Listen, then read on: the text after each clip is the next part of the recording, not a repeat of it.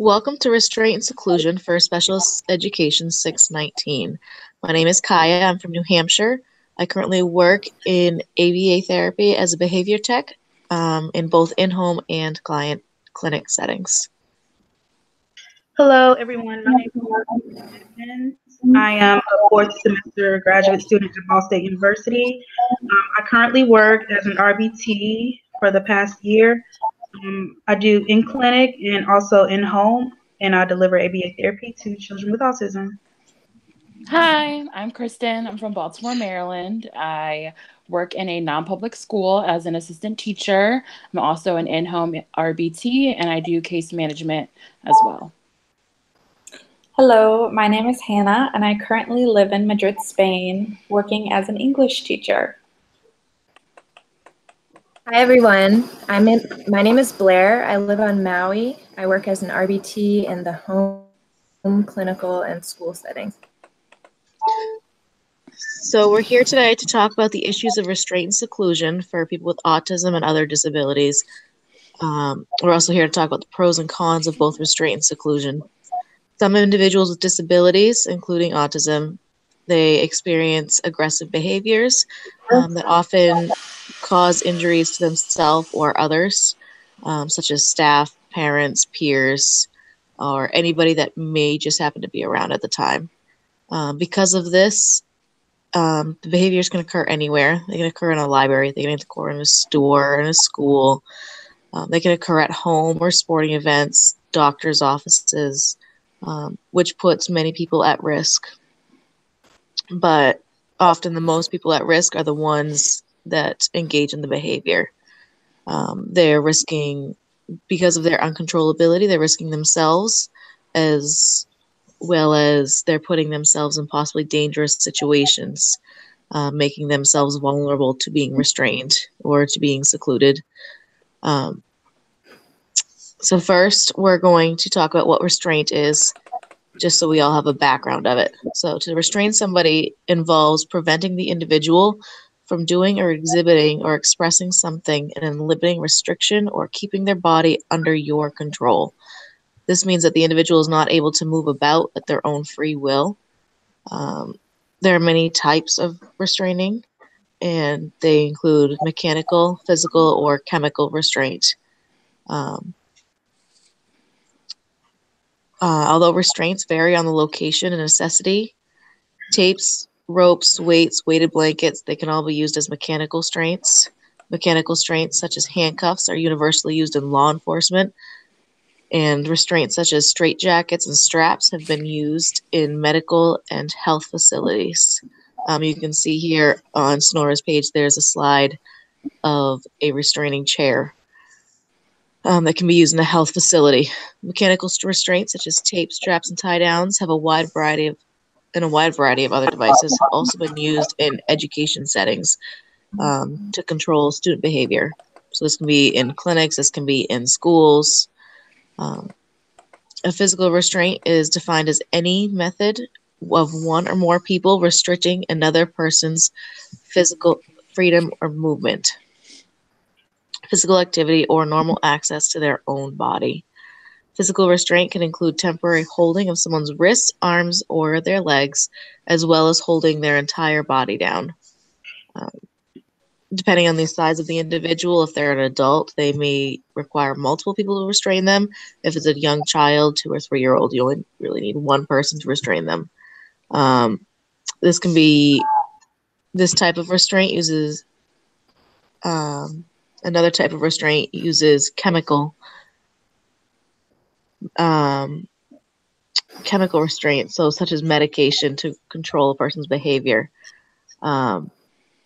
These often occur in institutions or hospitals where patients become agitated or are provided with medication specifically to control that agitation or other behaviors. They can be injected with medication to manage a crisis, which is ongoing. It's very uncommon to see chemical restraint used in school settings, but it's more used in institutions and hospitals. And now that we've introduced what restraints are, we're going to a quick thing on seclusion, which seclusion is considered when an individual is kept from others in a separate space, such as in a closed room. It can be a non-mobile person that is being placed away from others, such as near a window to sit alone when everybody else is watching TV. While some enjoy or need a few minutes of seclusion to decompress, seclusion can be a form of abuse in situations such as isolation, where one is left alone for long periods of time. So now, Kristen, since you work in the field of ABA, do you have any situations where restraint or seclusion might be needed? So there are many situations where restraint and seclusion are necessary. While understand that restraints and seclusion are intrusive and restrictive, these procedures can be helpful for many reasons. Many children with disabilities have severe aggressive behaviors, both towards themselves and others, and in these situations, they are putting themselves, peers, teachers, parents, aides, and others at risk. According to the Council for Children with Behavioral Disorders, 2009, today most schools or programs that employ physical restraint view it as an emergency procedure to prevent injury to the student or others when a student is in crisis. Although there is some evidence that is actually employed for various other purposes, including student compliance to adult commands. Kristen, the Behavior Analyst Certification Board states that we should always recommend the least restrictive procedures first. An example could be using a visual schedule to show them when a preferred activity will be available, or implementing a token system to reward appropriate behavior. To protect students, I believe restraint should always be the last resort, most preferably not at all. I agree that token systems and visual schedules can be useful, but these supports have to be taught and they have to be used effectively. I don't think that a token system or a visual schedule can totally stop aggressive behavior. In my current classroom, all of the students either have a first then board or a token board, and we use visual schedules as well as many other supports. And on a daily basis, myself and the other aides and teachers in the classroom are constantly handling aggressive behaviors, even with these supports in place. All right. Therefore, restraints and seclusion can be used when an individual is being unsafe or aggressive. This means that the child may be kicking, hitting, scratching, punching, biting. In this situation, it's important to protect yourself as the caregiver, instructor, or adult giving directions, but it's also important to keep the child safe and the other people that might be around them. Think about it. If a caregiver or a teacher gets hurt, they'll be unable to protect the client from harming themselves or other individuals around them. Also, when implementing restraints or seclusion, you're typically using the least restrictive restraint necessary, which allows the individual to determine the level of restraint that is necessary based upon their own behavior. So, for example, in the non-public school that I work at in Maryland, we use professional crisis management, or PCM. PCM has levels to the restraints used, and we fade the restraints after 3 seconds of no resistance from the student. PCM doesn't allow pictures or videos to be taken of the procedures because of copyright laws and people implementing them incorrectly without being trained. So I'm going to describe and explain to you what the restraints kind of look like, just so you can get a picture in your head. The least restrictive restraint is the back procedure, which is just placing the pads of your fingers, these little pads of your fingers, on the back of the student. And you place your hand in front and say, "Walk with me." If the student refuses to walk or drops to the floor or becomes aggressive to themselves or others, we move to the next level, which is wrist tricep. So this procedure just involves placing your hand on the tricep of the individual and the other hand grips the wrist. This can be done with one person or two people. The restraint gives no prompts, so there's no verbal communication, and it can be used to move the individual to where you want them to go. So the next restrictive, so you move up if the child is still being aggressive, or if you're kind of losing your grip, or transportation is breaking down, you move to a Sunday stroll. So this is wrapping the arm around the crook of the individual's elbow and the other hand grips the wrist. And this can be done with one or two people. No prompts are given, and the individual is moved to an alternate area. The most restrictive restraint is a one-arm wraparound. It's done by one person, which involves wrapping the individual's arms around their body and locking the other arm around the arm that's wrapped. So Um, yes. So other procedures used include personal safety techniques. So if someone is pulling your hair or trying to stab you with an item or has hold of your clothes, just things that you can do to keep yourself safe and keep the students safe. These procedures are only implemented when a student meets a particular criteria. So it's called CASH, which is continuous aggression and or continuous self-injury and or continuous high magnitude disruption. So this has to occur before hands-on can be done. Every restraint is documented, and if the student's mental health therapist is notified, so at the school that I work at, every student has a caseworker, and that person is the go-between between the school and the parent. So whenever there's a restraint or a kid has a hard time or they get hit at school, it's written down. We notify the mental health therapist, and the therapist notifies the parents. And this is done usually at the end of the day. PCM also places a lot of emphasis on proactive and preventative procedures in order to decrease the amount of restraints that are needed. Kristen, personally, I don't feel that restraints should be used as there are many dangers to them. You stated that they are often used with individuals with severe aggression, which clearly it sounds like you work with some fairly aggressive children or adults. But shouldn't things be in place beforehand to prevent the dangers from happening? As a one-on-one, you should be able to read your clients when they should be getting anxious and offer them to take them for a walk, take them for a break before it escalates, or distract them to change their mindset. One thing my boss always taught me was in a child that's getting aggressive or starting to build up, to change what they're thinking, change what they're seeing. So for example, we had a 3-year-old who was getting very aggressive, and she had pom-poms, and she just started dropping the pom-poms on him, and it completely changed his whole mindset, and he went from very escalated and he dropped right down. So instead of it getting any higher, she showed me how to bring it back down. I think it's great as all these companies that teach the proper restraining. However, do they ever realize that in a moment's notice, when things are starting to get heated, that following the direct steps is complicated and may not be the first thing on your mind? You said how to directly hand over hand something or to hold somebody's wrist in a specific way.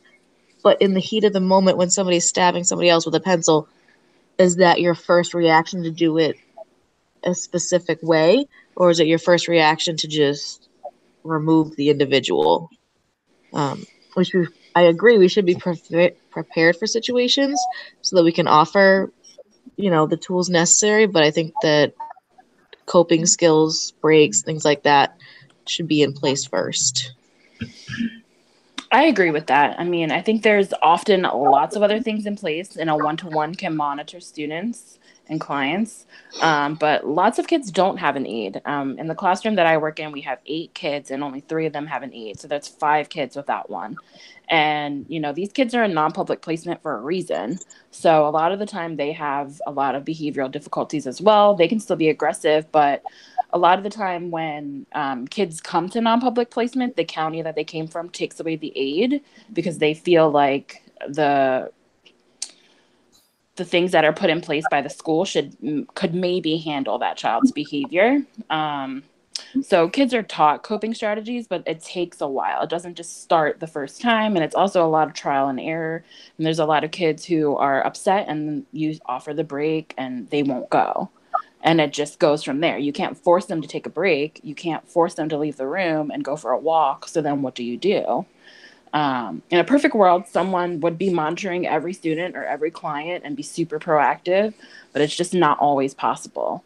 I mean, a lot of the kids that do have aides, when they do go off or have behaviors, it requires, 2 people at least to manage them, which then leaves another kid without an aide, or one of the kids that doesn't have an aide, then that no one else is able to circulate and help them.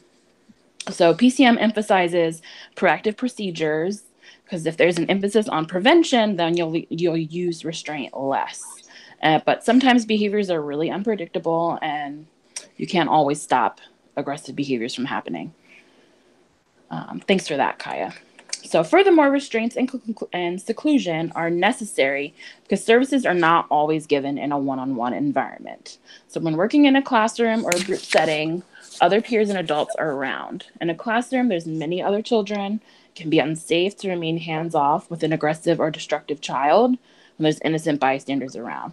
For example, in the school that I work in, peer contact are a big deal because another kid can be injured, and it just is a huge no-no. I mean, a lot of paperwork has to be filled out. We have to fill out like a form, then we have to take that kid to the nurse, then we have to have the mental health therapist call the victim's parents and the aggressive person's parents, and it just becomes like a huge thing. So we have to work really hard to like make sure like our spacing is just right, or that we're blocking, or we're like leaping across the room when someone is going for someone else. In the school setting, I have to think about the safety of everybody in the room. So if I choose to ignore a behavior, if that's in the student's behavior plan, or if I wait a student out, or if I block them, I have to think about the spacing of everyone else. But when I work as an RBT, I'm working with only one student and just me. So I only have to worry about my own safety and the safety of that person, that client. So I can ignore way longer. I can block, I can redirect, I can wait a student out longer when I'm working one-on-one with a student because I don't have to worry about anyone else getting hurt. I understand that being a private school, we can implement a planned ignoring treatment. However, in the public schools, I think it's imperative that staff know the child and read their cues. It's important for them to be able to see when the child is going to become angry or overwhelmed and responding before bad things happen. You can work on the ignoring when you're in a private location, but when you're in a public classroom, I really feel that not using restraint but being responsive before actions is a better choice. I think that you have to be careful with that sometimes, like with the amount of attention that you give to behaviors, especially if that's the function. If a child gets upset or throws something across the room and you immediately go over and like ask them for a break, then you're providing attention. So you're reinforcing the behavior. And if you provide a break after a student has a behavior, then they get to escape the work or something like that. So we want to do like a lot, like at my job, we do a lot of like proactive things before behavior starts. So if a kid throws something, I'm not going to go over and immediately ask if they want a break, because then I'm just reinforcing what they just did. So I'll wait 30 seconds, or I'll have them comply with something before offering the break. That way, they're learning that, hey, like that's not the appropriate way to get what I want. So every student in my classroom has planned ignoring in their behavior plan because it works.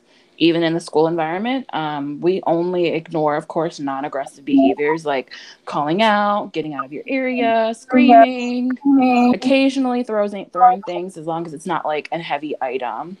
And we just redirect them and model how to get what they want appropriately. So if it's attention or escape from work, then we show them how to do it appropriately. And if the student becomes continuously aggressive, then they're removed from the room because they'll meet cash criteria. In terms of seclusion, Vishnevitsky reported that more than a third of adolescent patients had to be restrained or secluded during their hospitalization in psychiatric units. It's also been reported that seclusion is used more often with high-risk patients, and it can be helpful for patients to be given an explanation about why restraint or seclusion is necessary. So seclusion is when an individual is in a room by themselves. So the door can be open, it can be closed, the room can be padded or not padded, and there can be items in the room or nothing at all. So seclusion can provide an opportunity to calm down in a non-stimulating environment. There's no attention being given. Seclusion also provides a safe area where the individual cannot harm themselves or others, and they're closely monitored. At the school that I work at, we use cameras so that we're constantly making sure that the student is safe. Vishnevitsky found that patients preferred seclusion and found it to be more effective than physical restraints because it allowed the patients to have and achieve a calm state and be more in control of the situation. Kristen, though, couldn't seclusion have lasting and damaging effects on an individual if it's being used as a punishing consequence for unwanted behavior? If an individual needs a less stimulating environment to de-escalate, a supervising individual could always be present to ensure the safety of the client. But, you know, cameras, maybe you can't get there in time. I could see that happening. I just don't see the necessity for seclusion. So seclusion limits the attention, which can often be a function of an individual's behavior. It can be the reason why a kid's engaging in aggressive behaviors. So in the non-public school that I work at, we use seclusion. So we have sometimes the door can be open, or the door can be closed, or it can be locked. So when a kid is transported out of the classroom, they're usually taken to a quiet room. They're given a set of rules to follow in order to come out of the room. So they have to show that they're being compliant in order to leave. So the rules are to sit at the back wall for 3 minutes calmly and quietly, and the door can stay open. If they continue to aggress or they try to leave the room, then the door is then locked. When the door is closed and locked, the individual in there is monitored. There's a camera in the room, like up in the ceiling. So, and we have TV monitors that are always on. And when a person is in the room, either with the door closed or the door locked, we have to take I guess you would say data about like what they're doing or what behaviors they're engaging in every 2 minutes if the door is locked, every 5 minutes if the door is closed. But we're constantly monitoring them the whole entire time. The rules are given to the individual about every minute, and the door can only be closed or locked for 30 minutes before it has to be opened.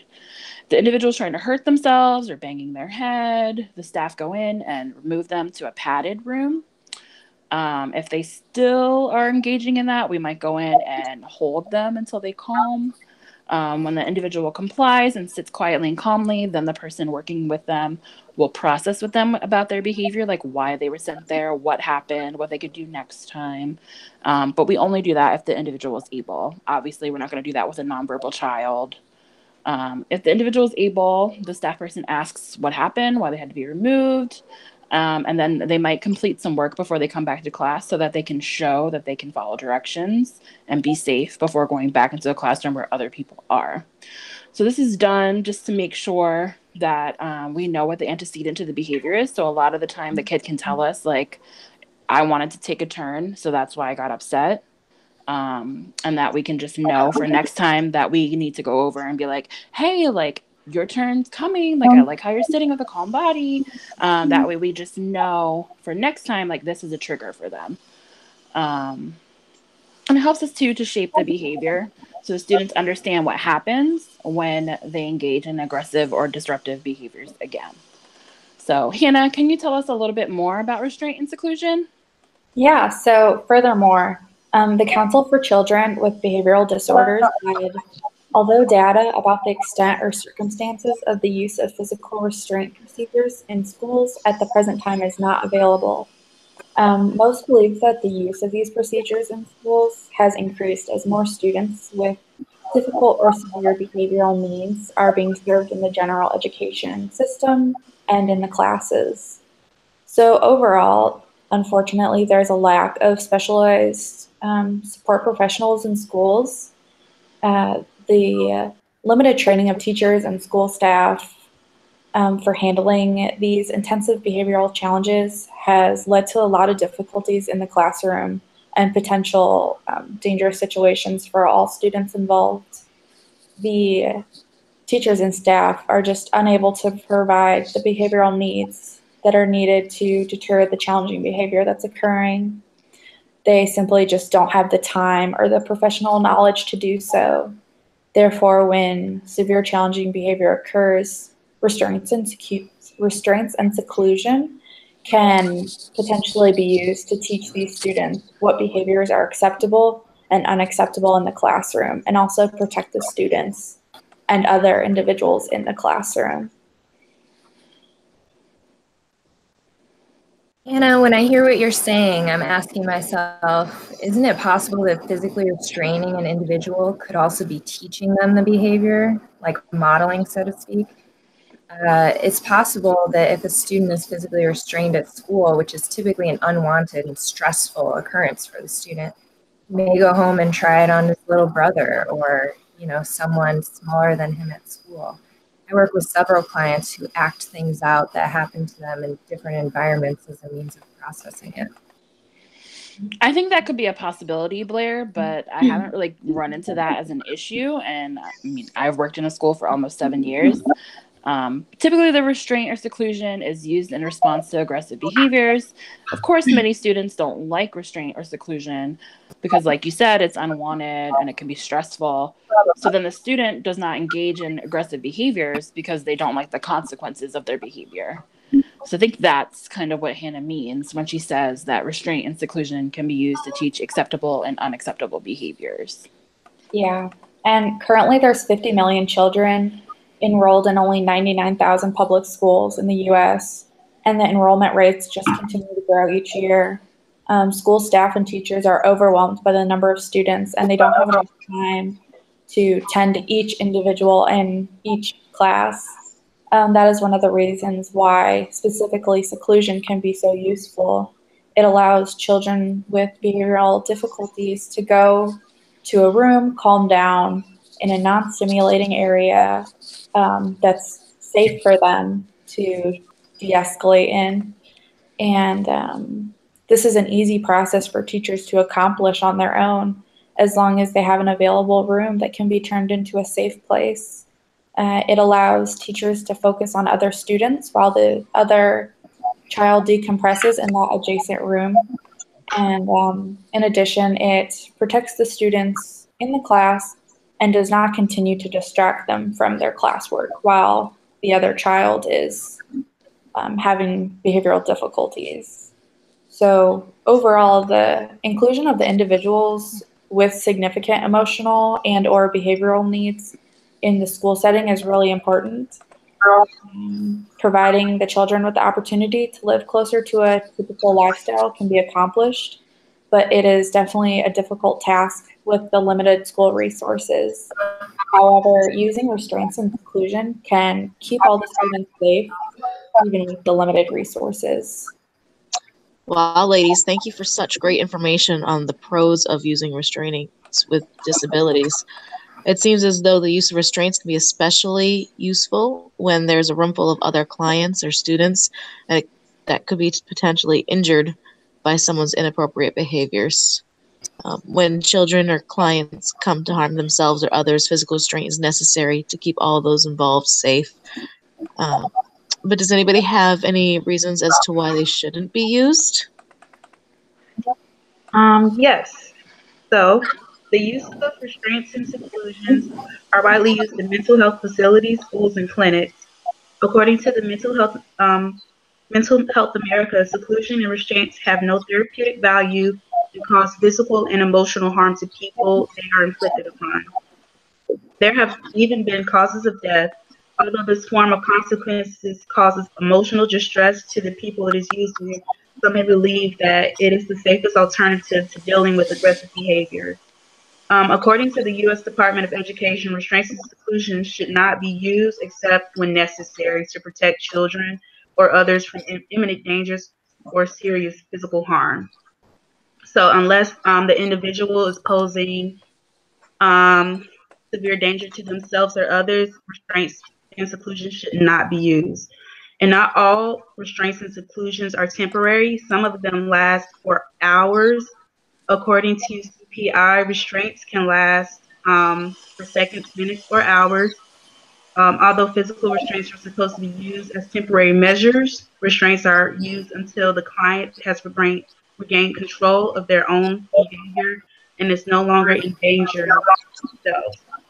So CPI outlines when restraints should be used, and they should be used when 1, the person is in imminent danger to themselves or others; 2, other ways to manage the person's behaviors have failed; and 3, staff members are properly trained. So in other words, like if there aren't any other ways to manage the child's behavior and they're just out of control and they're not safe in the situation and staff members are trained, that's the only time that you should use restraints in seclusion.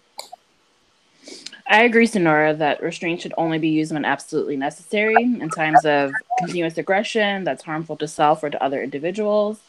I think as long as restraints are used in response to dangerous behaviors, And as long as they're used correctly, then they're ethical. Yes. So I want to look at this pie chart. As you can see, according to the annual report on the use of physical restraints and seclusion in Connecticut, the 2012 to 2013 school year, the majority of individuals that do get put in restraints or are exclusive environments are individuals who have autism. Following that are individuals with emotional disturbances. The majority of these people have some type of developmental disability. So most deaths or injuries are due to restraints related to positional asphyxia. The Hartford Courant, which is a Connecticut newspaper, reported that 142 restraints related to deaths occurred in the United States over a 10-year period in the 1990s. So that's calculated into 33%, which were caused by asphyxia.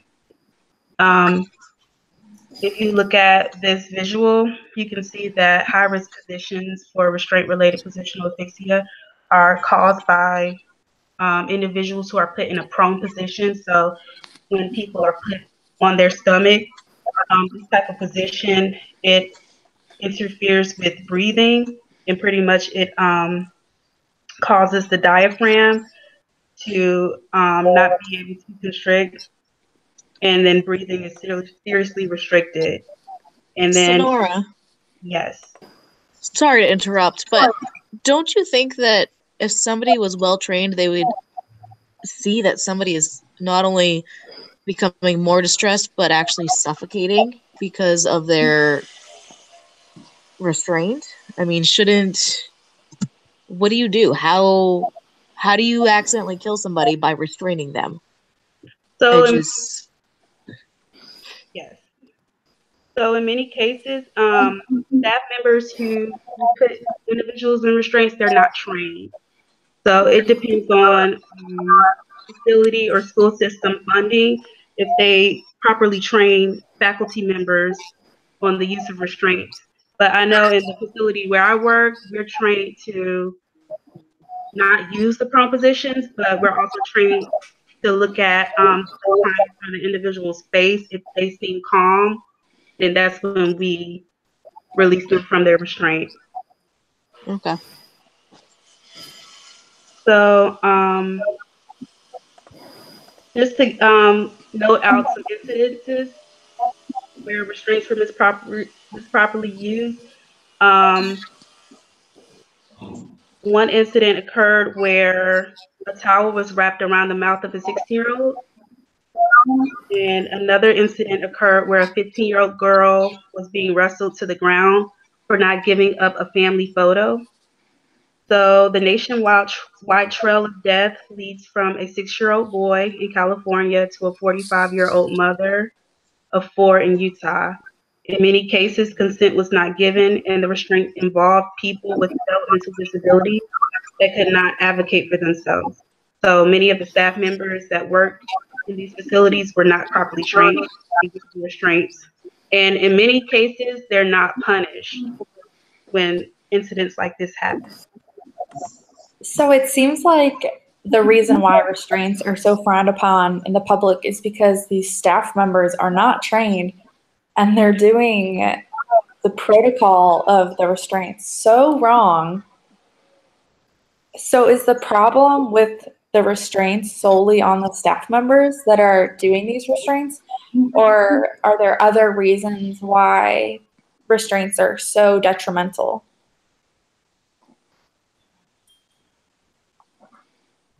I think a lot of changes have been made to restraint since the 1990s just because of incidents like this. Yeah. I mean, when using professional crisis management or PCM, we never put someone face down and nothing is used to obstruct their airway. I mean, a nurse is always present when we do longer holds just to make sure that, their lips aren't turning blue or things like that. And all the restraints and seclusions only can occur for 30 minutes before we have to let go or we have to open the door. So individuals being restrained are closely monitored, and we use red buttons on the door to lock the door, not actual locks, just in case of like fires or something like that, so that the person can get out. So I think those things happened so that the changes can be made for right now. Yeah. Yes. So, we have additional information on restraints. The United States Government Accountability Office found hundreds of cases of alleged abuse and deaths related to the use of restraints and seclusion methods on school children over the course of 20 years. So, back into the 90s until now. So some of these examples of these cases include a 5-year-old who was allegedly being tied to a chair with bungee cords and duct tape by their teachers, suffering from broken arms and bloody noses.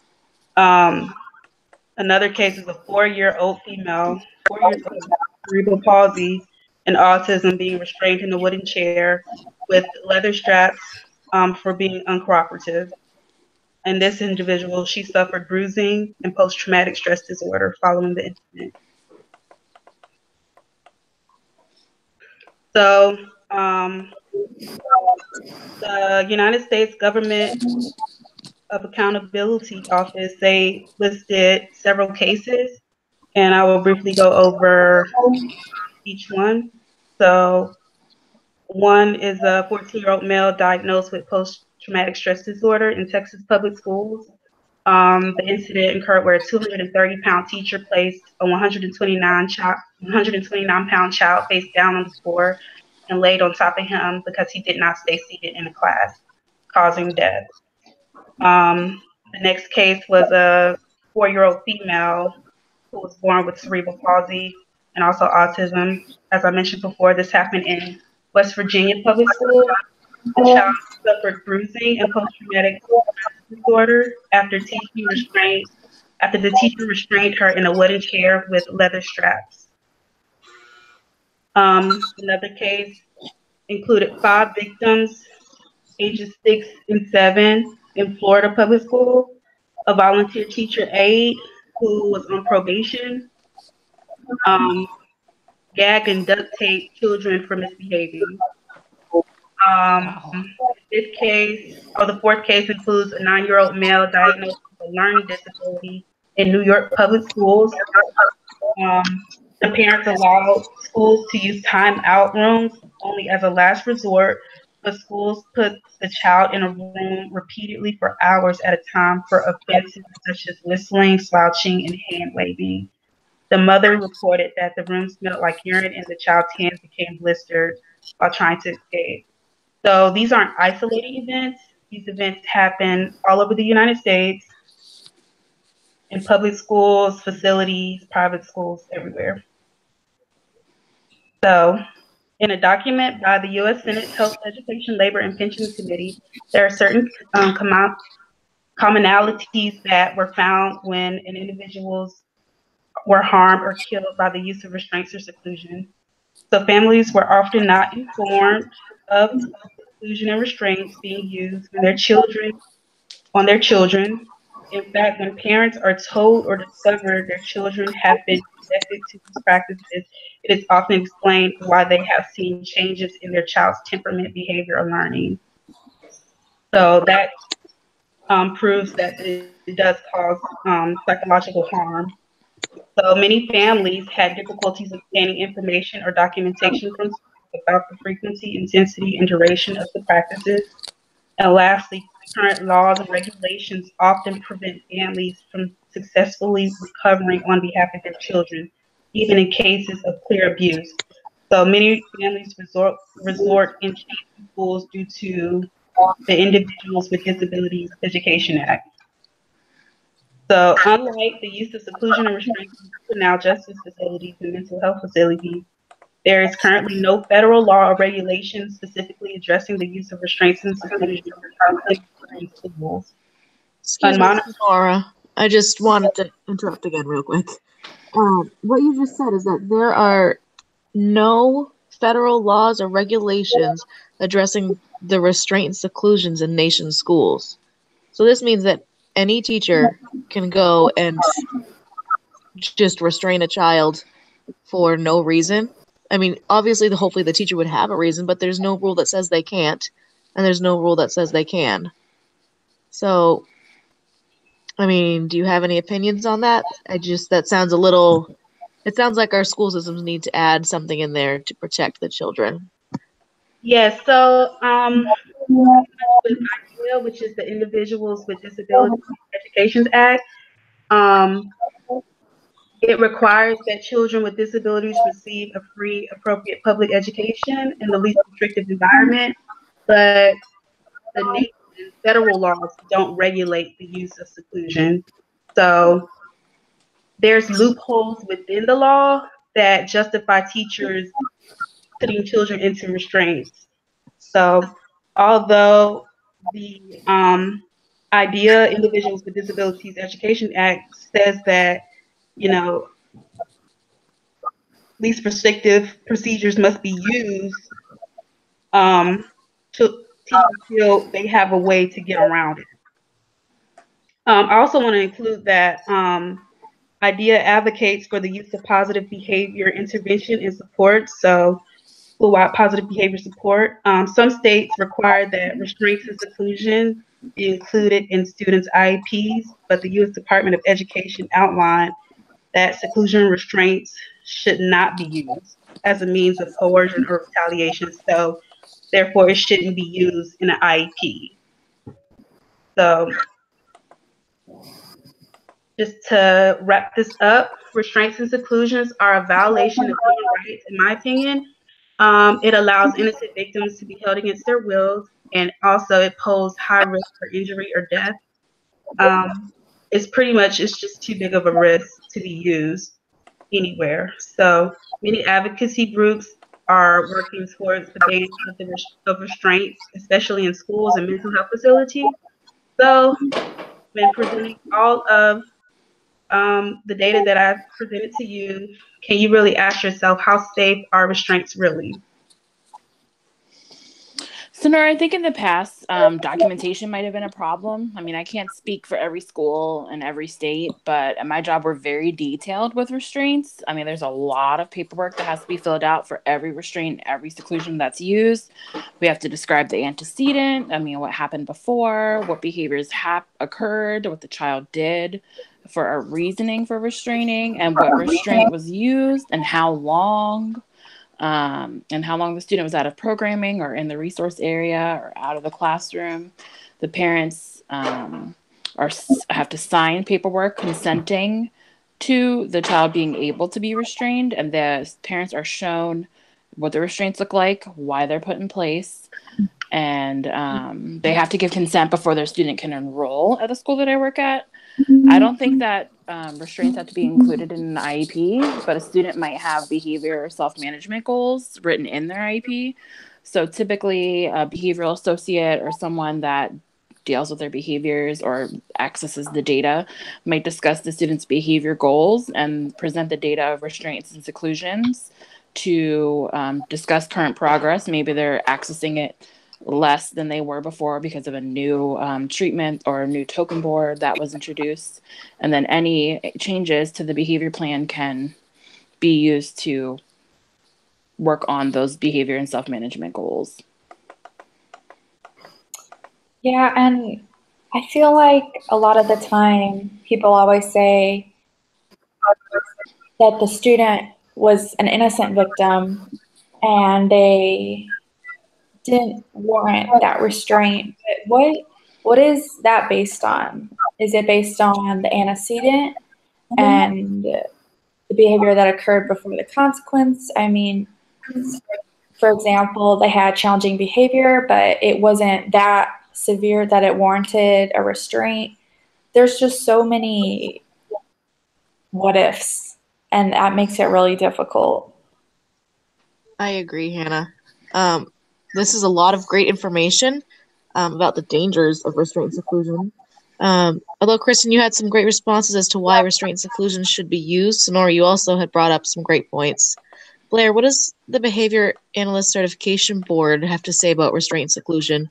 Obviously, if the federal schools are lacking, are there any for the use or against the restraining of individuals? Yeah, let's take a look at the ethical aspect of it. Behavioral Analyst Certification Board, which you're in relation to the safety of clients, how to perform procedures, states that we should, well, several sections indicate that restraint and seclusion would be considered unethical and even against the law in some cases. Behavioral analysts have a responsibility to operate in the best interests of the clients and advocate for his or her welfare. This means providing services in the least restrictive environment, using scientifically proven interventions, and exhausting all other options before resorting to any form of restraint. If we take a look at the actual code, section 4.09, entitled Least Restrictive Procedures, reads, behavioral analysts review and appraise the restrictiveness of procedures and always recommend the least restrictive procedures likely to be effective. So for example, a BCBA should be trying antecedent interventions first, such as reinforcing a student for sitting at the table, creating a first then task completion activity, instead of going right to physical prompting or, in other cases, restraint. In some cases, implementing a restrictive procedure before trying a less restrictive options can cause resentment of the client towards the therapist, the BCBA. So other problems could arise if we aren't using the least restrictive procedures first. It's also unethical because it's unnecessarily inhibiting the client's free will. Section 4.08 discusses considerations regarding punishment procedures. Behavioral analysts recommend reinforcement rather than punishment, as I just described. If punishment procedures are necessary, behavioral analysts always include the reinforcement procedures for alternative behaviors in the behavior change program. So giving examples of alternative behavior. Before implementing,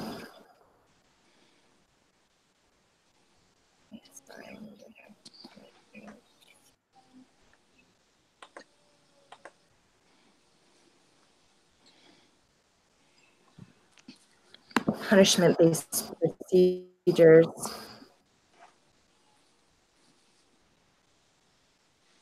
sorry, my screen's going a little crazy right now. We should,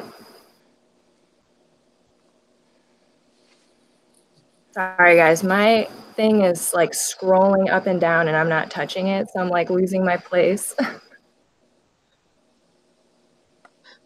Well, Blair, let me help you out because I'm also reading along with the BACB guidelines that before implementing punishment-based procedures, behavior analysts ensure that appropriate steps have been taken to implement reinforcement-based procedures, unless the severity or dangerousness of the behavior necessitates immediate use of aversive procedures.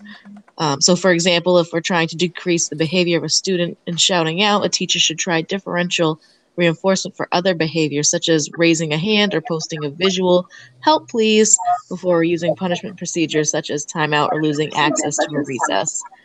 Timeout and losing access to recess are punishing procedures and could be seen as a form of seclusion. Behavior analysts ensure that aversive procedures are accompanied by increased level of training, supervision, and oversight.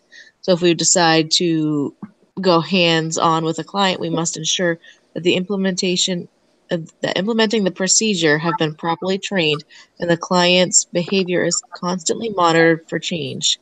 Behavior analysts must evaluate the effectiveness of aversive procedures in a timely manner and modify the behavior change program if it's ineffective. And finally, a plan must be in place to discontinue the use of aversive procedures when no longer needed. Thanks, Anything else, Blair? Yes. If a restrictive or aversive procedure is deemed necessary for use with a client, it should absolutely be faded as soon as possible and should only continue if data is proven it to be effective in the past. Great. Blair, it sounds as though the ethical guidelines think that restraint and seclusion should be only used when absolutely necessary. That's great information. It's much better to know what the ethical committee deems appropriate before we act and possibly injure clients or ourselves. And as we discussed earlier, possibly death. Blair, are there any questions for us today that would help us inform others about restraint and seclusion? Yeah, here's one. How does the use of restraint and seclusion differ from state to state? And this is interesting because there's regulations, there's different laws. So each state has different regulation for how restraint and seclusion can be used. In terms of time limits, the general consensus across states is that restraint and seclusion procedures should be terminated as soon as a student is able to be safe or the emergency has ended. Duration time limits range from a couple minutes to 24 hours, which is pretty shocking. But most states limit the use of either seclusion or restraint from 30 minutes to 1 hour, with a requirement for administrative approval for continuation of the procedures. 6 states, including Alabama, Arkansas, Hawaii, Michigan, Tennessee, and Wisconsin, have determined time limits based on having shorter time limits for the younger students and gradually increasing with age. Michigan requires a staff change if the seclusion exceeds the stated time limit, and Illinois limits repeated restraints within a 3-hour time period. And then there's for reporting procedures. 32 states have outlined reporting procedures to the parents, guardians. In most cases, it's verbally by the end of the school day or in writing 1 to 3 days after the incident. In addition, 10 states require the schools to use the report the use of restraint to the state. And timelines for reports range from 3 days to annually. So, for example, Pennsylvania is only required to annually report system. Now, Blair, this could pose potential issues, right? If everyone is not on the same page. If 32 states say that restraint and seclusion should be reported, then shouldn't they all be reported? And the 1 to 3 days, I mean, as a parent, if somebody tells me that my child was restrained 3 days ago, that seems like there's a big gap in between, detail. Are they going to miss telling me information on detail? I mean, that was 3 days ago. Everything in your head could change in 3 days. Yeah, and you have to think about it this way. I totally agree. Sorry. So each state has their own licensing laws, and each state has their own seatbelt laws. So why should all 50 states agree on one way of reporting restraints and seclusion? I understand your point. Where I live, we don't have a seatbelt law. Our state motto is to live free or die. Literally, that's what it is. But when it comes to the safety of our children or of individuals that are unable to make choices for themselves, then I think that we should be more on the same page across the entire nation.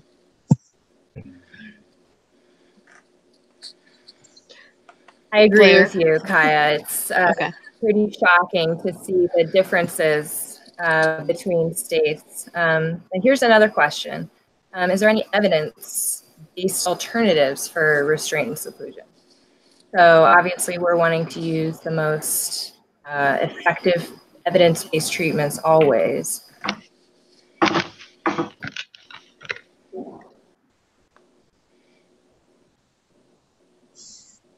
A combination of evidence-based behavioral interventions and practices can be used instead of restraint and seclusion.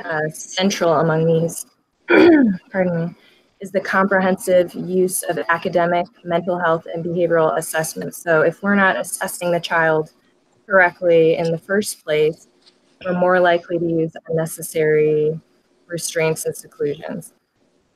Also, individualized support for the students should focus on increasing their quality of life and decreasing students' problem behaviors while improving adaptive behavior. So teaching replacement behaviors or more appropriate behavior. Also, support provided by trained professionals. So always having a supervising, even if you're a BCBA, a supervising BCBA and bouncing ideas off them. Hey, I have this client with this behavior. You know, I was thinking about this intervention. Can you think of anything better? Or use of data for ongoing decision making. Looking at this, you know, for example, looking at this data, it shows that this intervention is decreasing the behavior. I don't think it's effective. Let's change it up. Also, responsiveness, adaptation of practices and procedures. So we need to respond to the needs of the child, and sometimes those are constantly changing. I agree that an emphasis should be placed on supporting the students and decreasing the problem behaviors. This is the overall goal for all of us when we work with students, but it takes time and it's a lot of trial and error to figure out what system or what consequences work for each student, because we all know everyone, people with autism spectrum disorder are all different. Yeah, so we have another question. Other than the ethical guidelines for ABA, are there state or government laws that protect individuals with disabilities from restraint and seclusion? So many states do not have any laws protecting these individuals with disabilities from restraints and seclusion. Like we mentioned before, some states don't allow the individuals to be face down during a restraint, and almost half of the states require the legal guardian to be informed if a restraint or seclusion was used that day. Does anyone else have anything to add to that question? I don't think so. I think it kind of goes along with what we had talked about before, in my opinion, that Absolutely. Keeping things across the board the same. If it's gonna be such a severe thing, restraining somebody, secluding somebody, sticking somebody in a room by themselves for 30 minutes, whatever it may be, it should be the same across the board for all educations, all everything. Agreed. So another question is, can restraint and seclusion act as a valid treatment option? And I think this is one thing that we can all agree on, that no, using restraints and seclusion is a last resort option. It is an action that can be taken when the individual may harm themselves or someone else. It is no way an intervention, a treatment option to treat challenging behavior.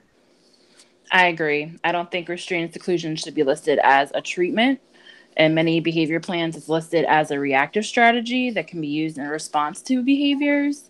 But within the behavior plan, many things are listed as proactive strategies in order to prevent having to use reactive strategies like restraint and seclusion. So restraint and seclusion are a last resort option that are necessary to keep the individual safe, the other people around them safe, and the people that are working with them safe. Absolutely. Okay, one more question. Well, a few more questions. Are those with disabilities more or less likely to be affected by restraint and seclusion, and why? So Sonora actually already showed us that nice pie chart that shows that majority of the people that are affected by restraints and seclusion are ones with disabilities, specifically autism. And I think a reason is because the challenging behavior that they display can turn violent or harmful more often than others. Individuals with speech language impairments or other disabilities. And when this occurs, they could harm themselves and others, like we already mentioned throughout the entire debate. So restraints or seclusions are used in order to eliminate the possibility of someone being injured. Another question we have, are there any strategies or methods that can help improve training or administering restraints and or decrease the need for restraints? I can answer that, or does someone else want to answer that question? I'll chime in. Okay. So pretty much, if you use crisis prevention training, such as CPI or PCM, which we mentioned in the presentation, these trainings are used to help reduce injury and also minimize the possibility of death.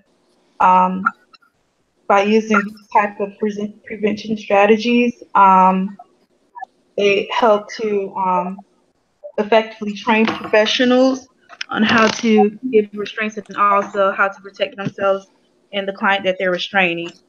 In CPI training, they're taught how to use nonverbal communication and disengagement skills as well as holding skills to appropriately de-escalate the situation. Many of the holds use two people to prevent injury, and it allows more support for the people who are involved. And they use a lot of emphasis on place prevention and proactive strategies before using restraint.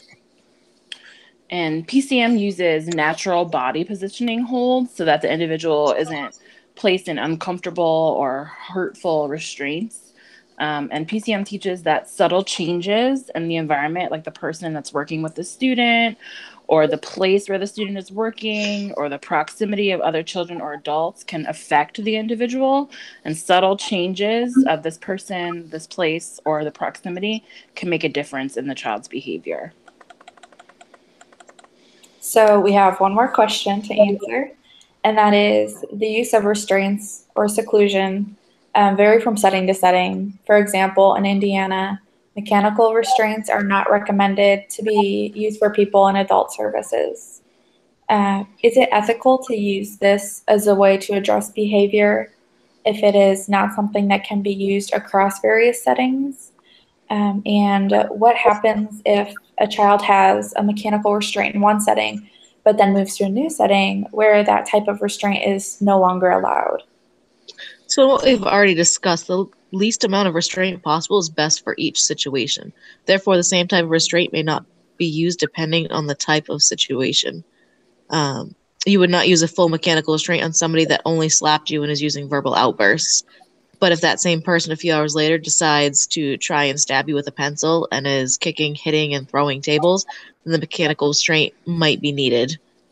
Mechanical restraints are not a treatment versus they only help protect the individual and others from being harmed.